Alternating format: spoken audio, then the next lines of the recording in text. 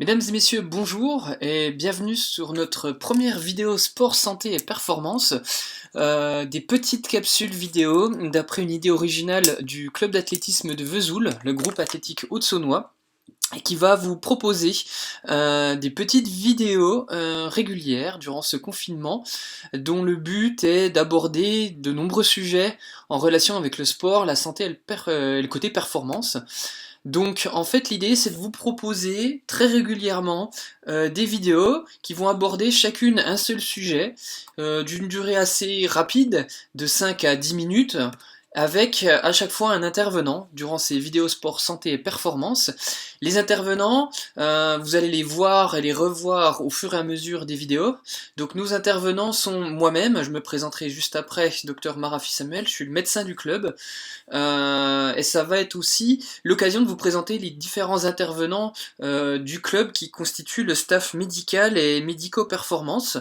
Donc vous aurez des interventions de notre kinésithérapeute du sport, Monsieur Barbé Michael, d'Isabelle Parietti qui est notre diététicienne nutritionniste, Caroline Farvac qui est notre podologue pédicure, Julien Stevens qui est notre ostéopathe, et puis aussi, vous le voyez à droite de votre écran, pardon, les différents membres de l'encadrement du club, à savoir notre président, Monsieur Nicolas Petit, et puis nos différents entraîneurs et membres du comité qui pourront intervenir lors des différentes vidéos.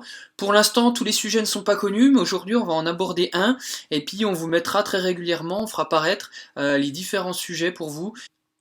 Donc aujourd'hui, on va démarrer avec la première vidéo, vidéo numéro 1, sport, santé, performance, et le sujet, ça va être un sujet d'actualité, qui est le système immunitaire, sport et les infections. Donc bonjour à tous, moi je suis le docteur Marafi Samuel, je suis médecin généraliste de formation et médecin du sport, je suis médecin du groupe athlétique Haute-Saônois, spécialisé dans les sports d'endurance, course à pied, trail running et cyclisme, et je suis aussi médecin de l'équipe cycliste professionnelle BNB Hotel Vital Concept KTM. On est en Continental Pro pour ceux qui suivent un peu le vélo. Donc on y va, tranquillement, on va aborder notre sujet d'actualité. Donc ça c'était pour vous présenter l'équipe. On y va, système immunitaire, sport et infection. Donc la capsule vidéo va durer environ 7 à 10 minutes. Pour ceux qui me connaissent, ils savent très bien que ça peut durer un peu plus longtemps. Donc c'est un sujet d'actualité, on est tous confinés, et c'est un sujet qui fait énormément débat quant aux recommandations, quant à la réglementation. L'objectif du jour, c'est pas de rentrer dans le débat du sport et de ce qu'on peut faire, ne pas faire. Le but du jour, c'est d'aborder les bases de notre système immunitaire, faire quelques petits rappels pour comprendre ce que l'effort va induire sur ce système immunitaire. Et puis c'est de remettre un petit peu au point toutes les données scientifiques récentes sur le système immunitaire et le sport et l'activité physique, pour en comprendre les différentes recommandations qu'on va vous faire, et puis que vous puissiez aussi avoir un petit peu de recul sur la situation actuelle. Donc j'ai séparé le topo en plusieurs parties, vous verrez à chaque fois j'ai fait un plan. Donc je voudrais vous faire, alors c'est un peu rébarbatif, ça peut paraître un peu compliqué, mais j'ai tenu à vous faire un rappel du système immunitaire, juste pour remettre les grandes cases que tout le monde puisse comprendre. Et ensuite on va distinguer les effets d'un effort aigu sur ce système immunitaire, donc un effort unique, et les effets d'un effort physique, enfin d'une activité physique on va dire chronique, ou en tout cas répétée dans le temps, pour les sportifs réguliers. Et puis un petit topo sur que puis-je faire en cas d'infection, est-ce que je peux pratiquer une activité sportive, oui, non, et dans quelles conditions. Et puis ensuite on fera une petite conclusion. Donc c'est parti pour le topo. Un petit rappel du système immunitaire. Alors juste pour les spécialistes, le principe c'est pas de refaire de l'immunologie ni de l'immunologie du sport. Ce topo-là, il est fait pour le grand public, en particulier les sportifs. Donc le rappel du système immunitaire, le but c'est qu'il soit précis mais simple pour tout le monde. Pour que tout le monde comprenne, le système immunitaire, c'est l'ensemble des structures qu'il y a dans votre organisme, dans notre organisme, pour assurer notre défense, mais aussi notre tolérance vis-à-vis des microbes, mais aussi des antigènes, des particules, de plein d'autres choses, tout le monde extérieur, en fait, tout ce qui est considéré comme le non-soi. Et ben, le système immunitaire, il joue un rôle énormément important dans la tolérance ou la défense contre ce non-soi. Donc on a plusieurs structures, que ce soit des organes, des cellules, des hormones, des peptides, des molécules, Bref, il y en a partout, dans la peau, dans le sang, dans chaque organe, dans les muqueuses respiratoires, donc on dit que c'est ubiquitaire, pardon, donc c'est présent vraiment le système immunitaire dans de nombreux organes, et les principales cellules effectrices de ce système immunitaire sont les globules blancs. Vous avez peut-être déjà entendu parler de ça, les globules blancs. En langage un tout petit peu plus médical, on appelle ça des leucocytes. En gros, ce qu'il faut savoir, c'est que la moelle osseuse va produire les différentes cellules que vous avez dans votre sang, depuis une cellule souche commune, qui va se différencier dans la lignée myéloïde, qui est sur la gauche de l'écran, qui va produire les globules rouges, les plaquettes, c'est pas vraiment le sujet du jour, et puis aussi quelques autres cellules, du système immunitaire. Et on les voit ici. Donc ce sont les polynucléaires. Polynucléaires, on va revenir dessus. On a aussi les monocytes, et les macrophages, qui vont être plus dans les tissus pour se défendre. On a les fameux lymphocytes, B et T, qui sont des organes effecteurs du système immunitaire, des cellules, pardon, et puis les lymphocytes natural killers, qui vont agir assez directement. Je fais juste ce petit rappel-là, vous allez pouvoir trouver ça, tout ce que je viens de vous dire, ce sont des sous-catégories des globules blancs, et vous pouvez trouver ça facilement sur une prise de sang. Et puis donc on retrouve ces sous-catégories, donc les leucocytes tout en haut c'est les globules blancs, ce sont les globules blancs, et en dessous vous avez les polynucléaires neutrophiles.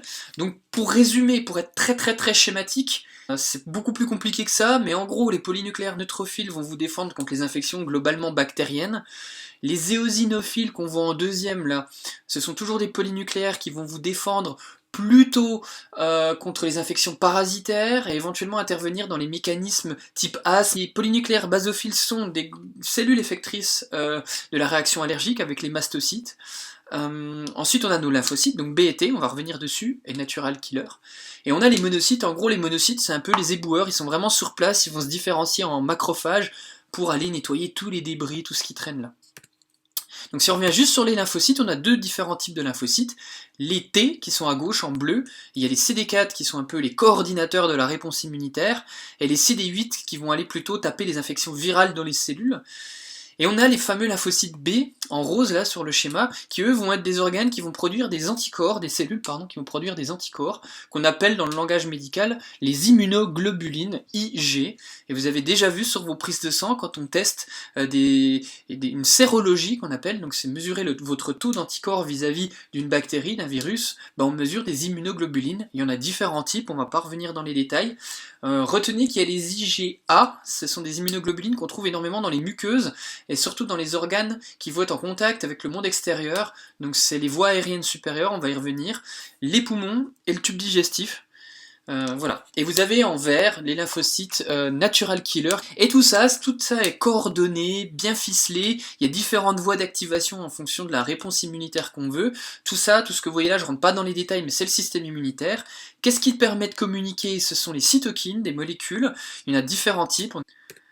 Donc après ce bref rappel, je suis désolé c'est compliqué, mais j'ai un peu insisté sur certaines cellules parce qu'elles vont être importantes dans la compréhension de la physiologie du sport juste après, du système immunitaire. Donc maintenant, la question qui se pose aujourd'hui, et notre topo qui commence finalement que maintenant, je suis désolé, au bout de 9 minutes, mais quel est le lien entre le système immunitaire et le sport? Qu'est-ce qui se passe en fait en pratique? Alors, il faut savoir que la science s'y est intéressée depuis des années, 1920-1930, mais surtout dans les années 80-90.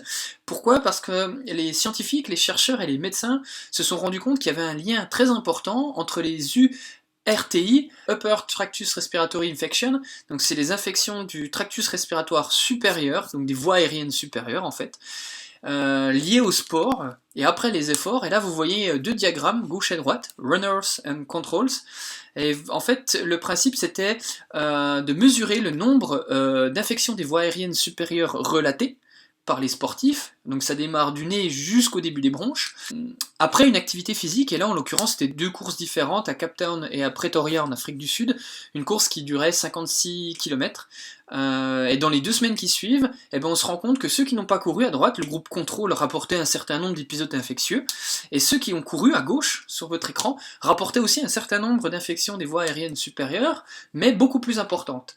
Et là on s'est dit, mince, les sportifs, ils ont potentiellement plus d'infections respiratoires. Donc on va essayer de comprendre, et c'est partant de ces nombreux constats-là que les études ont commencé à flamber dans les années 80-90.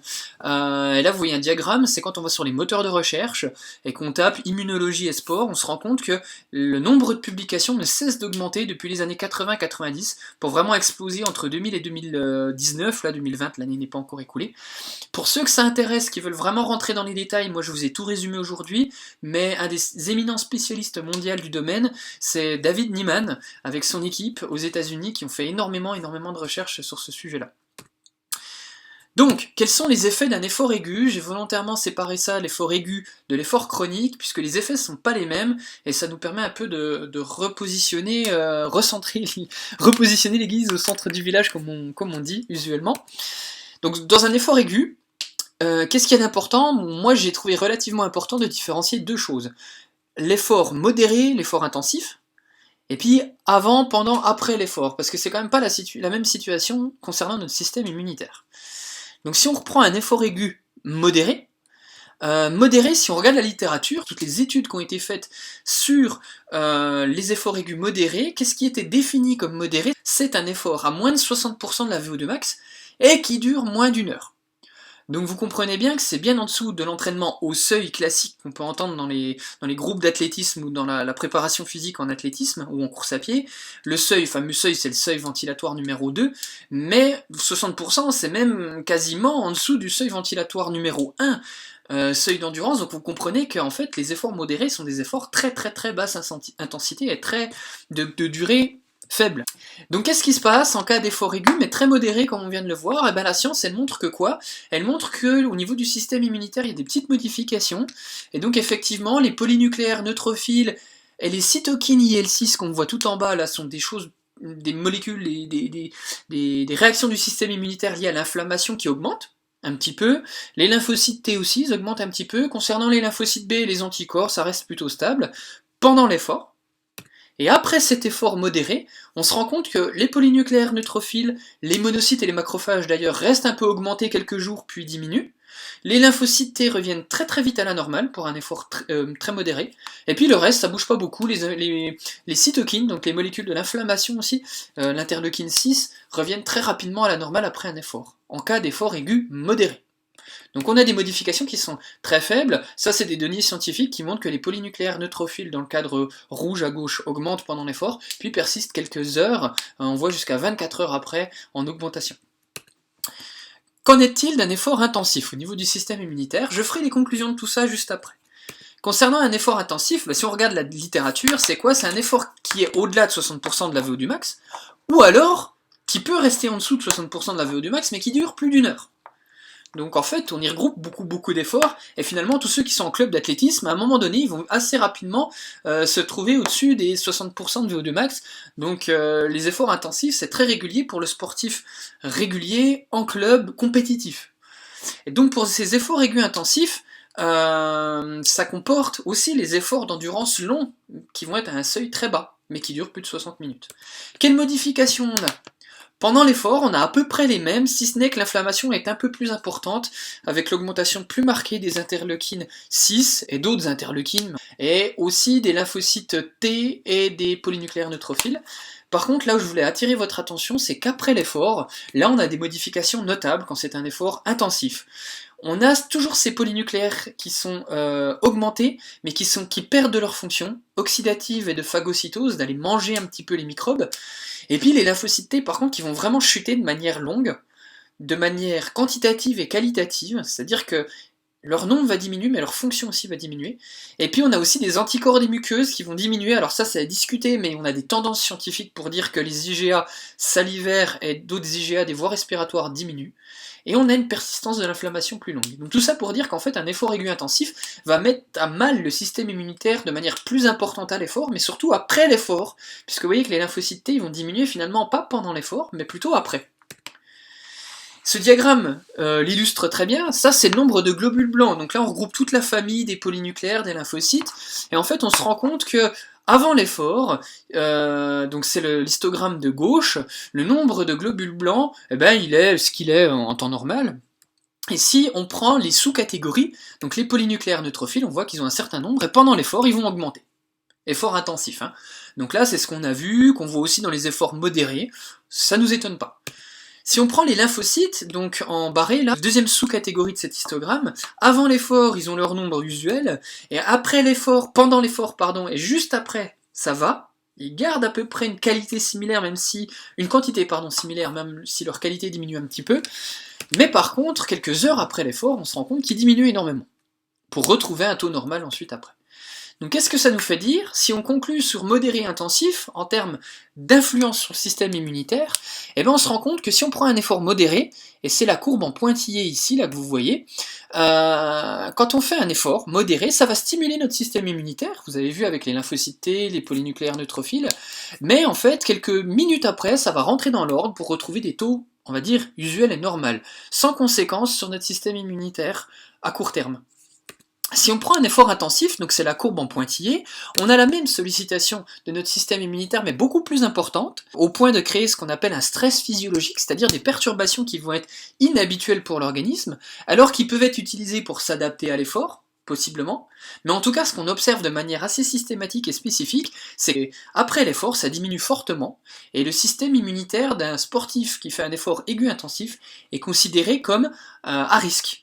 Et on est dans un espace-temps qu'on appelle l'open window phenomenon, la fenêtre ouverte en fait, où le système immunitaire il est beaucoup plus fragile. On pourrait comparer ça à une immunodépression qui peut durer quand même un certain temps, et ça dure plusieurs heures, voire jusqu'à 10-12 heures, et c'est dépendant de la durée de l'exercice et son intensité, et puis de l'état physiologique de la personne, de ses capacités de récupération, on va voir ça tout à l'heure.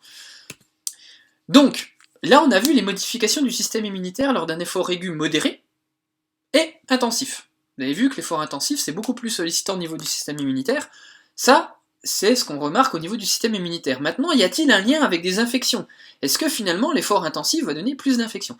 Eh bien, on se rend compte que oui. Alors, je vous ai remis l'étude de tout à l'heure, mais vous regardez les travaux de Niemann, où il y a beaucoup de travaux qui ont été faits, surtout dans le cyclisme, dans l'athlétisme et chez les militaires américains, où on s'est rendu compte que pendant les stages, quand ils font des efforts intensifs, eh ben en fait, ils ont une augmentation assez notable de la prévalence des infections respiratoires des voies aériennes supérieures, surtout dans les phases de récupération. Ah donc après l'effort. Et bien évidemment, ces infections ont une prévalence beaucoup plus importante en fonction de l'effort qui est mené avant, surtout si l'effort est intensif et dure longtemps. Alors, il n'y a pas que le système immunitaire qui va induire une susceptibilité aux infections. Vous comprenez bien qu'un sportif intensif, avec la respiration, le débit ventilatoire, éventuellement, comme vous voyez en bas, le tabac, les polluants atmosphériques, les chloramines dans les piscines, eh ben, il va altérer un petit peu sa muqueuse respiratoire, la capacité de ces cellules et de son épithélium à éliminer les débris et les cellules et les virus qu'on appelle la clairance mucociliaire. Il va y avoir un assèchement du mucus qui est une propriété de protection, pardon, et il va y avoir une modification aussi du microbiote salivaire, local, buccal, qui vont induire que tout ça, en plus des altérations du système immunitaire, on va avoir une immunodépression. Il y a d'autres facteurs, des inflammations liées à l'effort intestinal, des carences, on va pas revenir là-dessus parce qu'on est déjà à 18 minutes de vidéo. Si on prend un exercice chronique, quelqu'un qui fait de l'activité physique répétée, donc juste avant on était dans le cadre aigu, maintenant on va passer dans le cadre de quelqu'un qui fait une activité physique, que ce soit modérée ou intensive, mais de manière répétée. Et bien en fait finalement, au niveau du système immunitaire, c'est la même situation.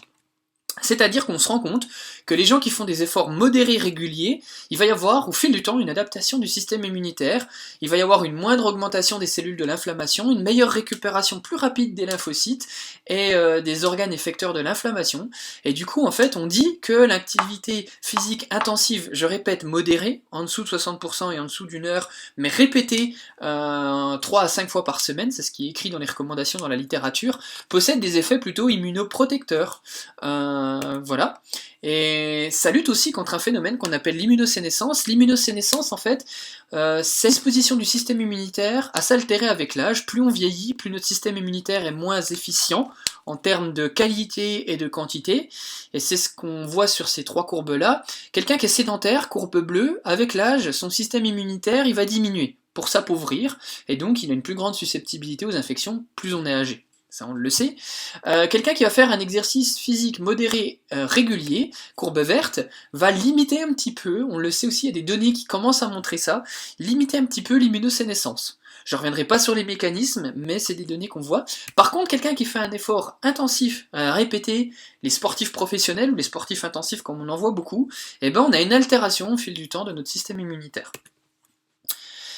Donc, quels sont les effets chroniques? Je viens de vous les montrer concernant un effort physique intensif répété, ce coup-ci.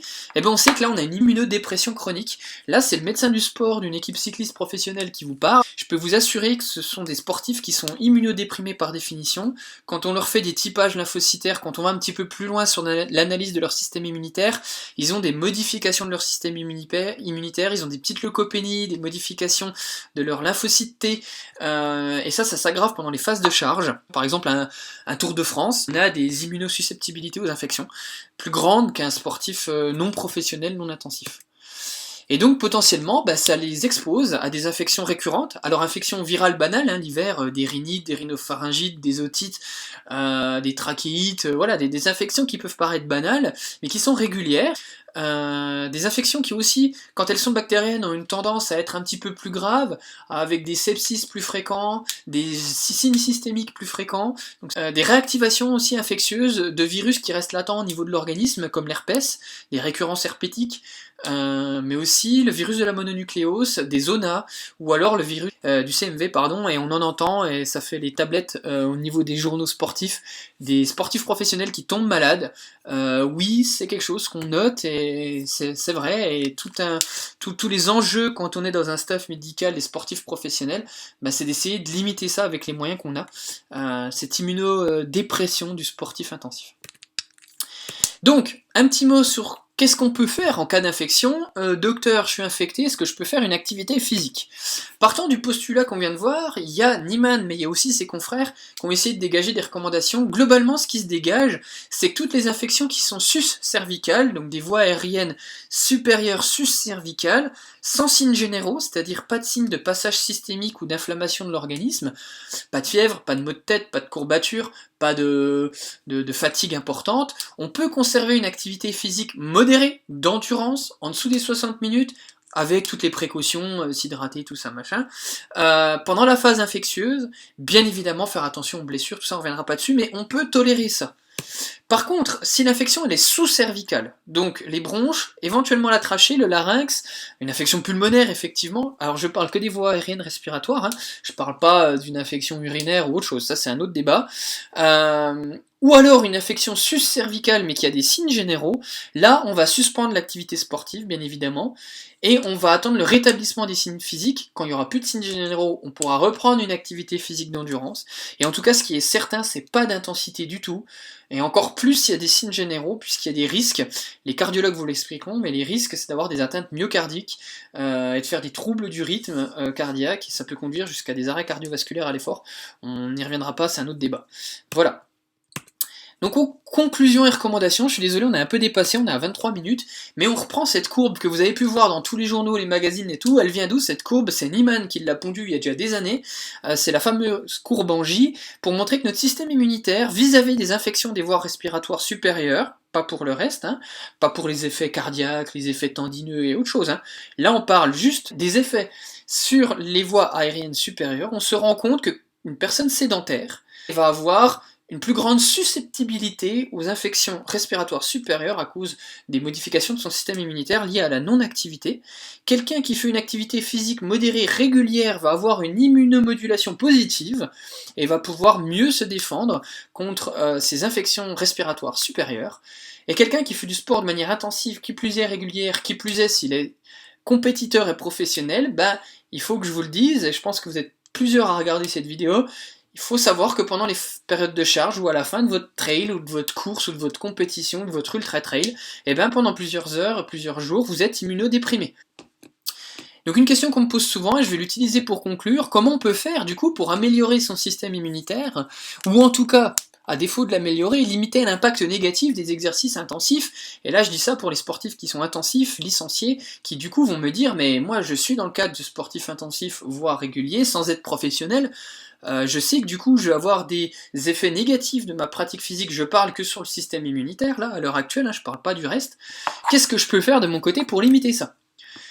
On sait que le stress psychologique joue énormément, mais va aggraver tout ça. Donc c'est limiter le stress psychologique, plus facile à dire qu'à faire. Utiliser des glucides à l'effort et en récupération. Là je vois des gens qui vont faire des yeux gros comme ça, mais au niveau nutritionnel et micronutritionnel à l'effort, c'est des données qui sont de plus en plus récentes, qui montrent qu'en fait au final, et là je vous montre un tableau qui expose l'influence d'une activité physique sur le taux d'interleukine 1, une interleukine en gros c'est protéine de l'inflammation pour résumer, avant l'exercice, juste en post-exercice, 1h30 après, 3h et 6h. Et du coup on se rend compte qu'au final, eh ben, les gens qui ont consommé des glucides, c'est les deux courbes du bas sur le vélo, après, eh ben, en fait ils vont avoir une immunomodulation, pendant l'effort pardon, ils vont avoir une moins grande inflammation, alors que les deux courbes en pointillés, c'est ceux qui ne vont pas avoir consommé de glucides sur le vélo ou en courant, et qui vont avoir un système immunitaire qui est quand même relativement affaibli. Donc la consommation de glucides à l'effort, on voit aussi sur ce diagramme-là que la consommation de glucides elle est importante. Vous prenez juste le diagramme de droite, ceux qui ont consommé des glucides, qui n'en ont pas consommé des glucides pendant l'effort, ils ont une prévalence des épisodes infectieux plus importante en post-effort versus ceux qui ont consommé des glucides. Donc c'est une donnée qui est importante pour limiter l'impact du système immunitaire à l'effort. Il faut bien évidemment avoir un statut d'hydratation correct, ni trop ni pas assez. Limiter les statuts de déficit calorique qu'on peut voir souvent dans la triade féminine, c'est pas le sujet du jour, mais quand il y a des personnes qui veulent perdre du poids et qui font énormément d'activité physique, on sait que le déficit calorique aggrave le déficit immunitaire. Tous ceux qui, on vient d'en parler, limitent le rapport glucidique à l'effort ou avec des stratégies d'entraînement comme le low carb, alors pas vraiment le low carb, mais plutôt le sleep low, le train low, c'est à prendre avec des pincettes, il faut être bien encadré sur le plan médical et tout, c'est pas le sujet du jour, mais en tout cas ça augmente la prévalence des infections, on le sait. Bien évidemment, favoriser un sommeil et la récupération. Soigner son microbiote digestif, on va pas revenir dessus, on aura peut-être un autre topo là-dessus et sa paroi intestinale, avec une bonne hygiène alimentaire, alimentation alcaline, anti-inflammatoire, antioxydante. Je vous invite franchement à avoir une évaluation micronutritionnelle, surtout pour ceux qui font des sports intensifs. Il existe quelques suppléments, quelques enrichissements qui peuvent être intéressants en antioxydants. Je pense à la vitamine C, à la vitamine E, la quercétine, polyphénol, bêta-carotène, au zinc, au sélénium, au coenzyme kinase, au manganèse, au cuivre, statut correct en fer, pardon, et des protéines qui ont un intérêt, des acides aminés plutôt, comme la L-glutamine et la L-arginine, surtout dans des phases de récupération.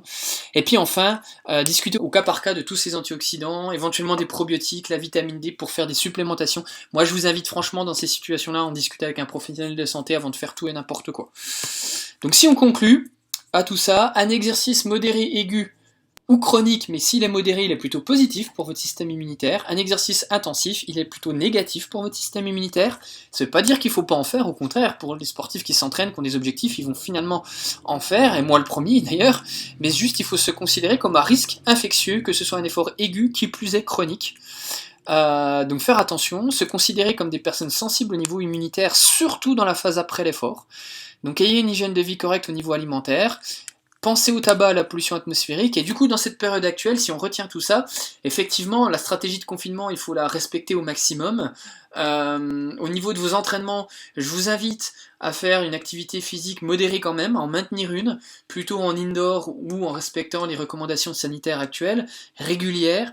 Faites attention à ceux qui vont être amenés à faire des efforts intensifs, même à l'intérieur.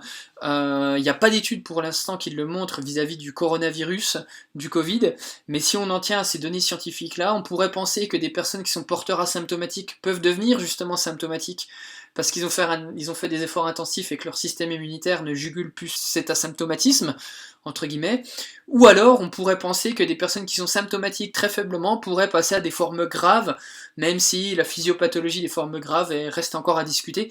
Mais voilà, donc toujours est-il, c'est que vis-à-vis des infections au coronavirus, faites attention au sport intensif.